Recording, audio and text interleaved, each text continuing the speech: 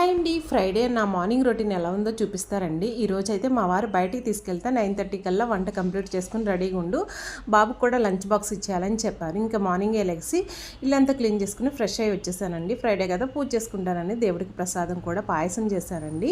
పాయసం చేసి ఇంకా జీడిపప్పులు వేసేసాను.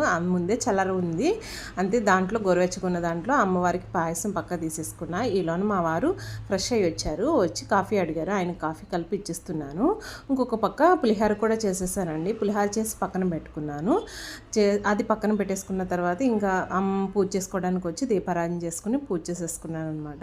ఇంకా పులిహోర మొత్తం అంతా రెడీ చేసుకున్నా కదా, ఇలా వేపి పల్లీలు పైన వేస్తే మా వారికి క్రిస్పీగా తినడానికి బాగుంటాయని ఇలా ఏమంటారు.